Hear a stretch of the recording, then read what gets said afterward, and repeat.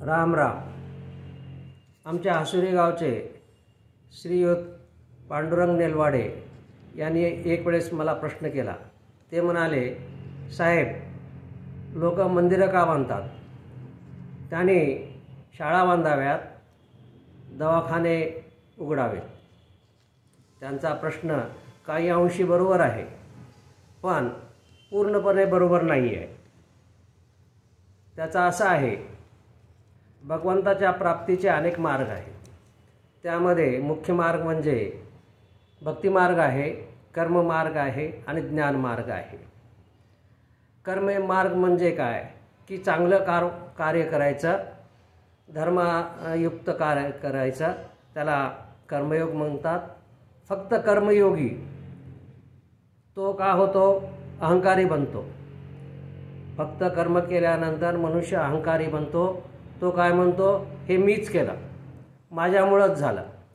ते काय म्हणतात?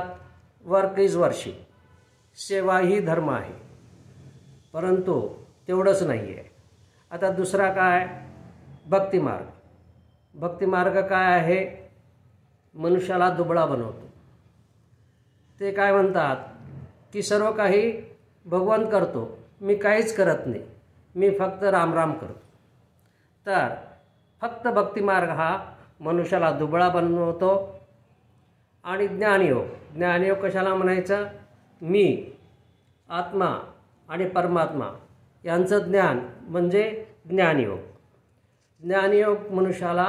फक्त ज्ञानयोग मनुष्याला शुष्क बनवतो, भावहीन बनवतो, अहंकारी पण बनवतो। ते काय म्हणतात की मी पंडित, मी ज्ञानी, असा त्यांचा अहंकार असतो। म्हणून जीवनामध्ये काय असावे? कर्मयोग पण असावा, भक्तियोग असावा, ज्ञानयोग असावा।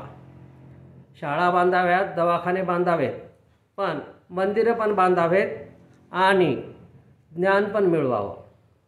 श्रीरामाचे नाव घ्यावे आणि श्रीरामाचे कार्य पण करावे। हनुमंतरायांनी फक्त श्रीरामाचंच नाव घेतलं नाही, तर श्रीरामाचं पण कार्य केलं, असं रामायणामध्ये उल्लेख येतो। तर श्रीरामाचं नाव घ्यायचं, श्रीरामाचं कार्य करायचे आणि श्रीराम कोण आहेत हे ज्ञान प्राप्त करायचं। असा समन्वय कर्मयोग, भक्तियोग आणि ज्ञानयोगाचा जीवनामध्ये समन्वय असावा। जय श्रीराम।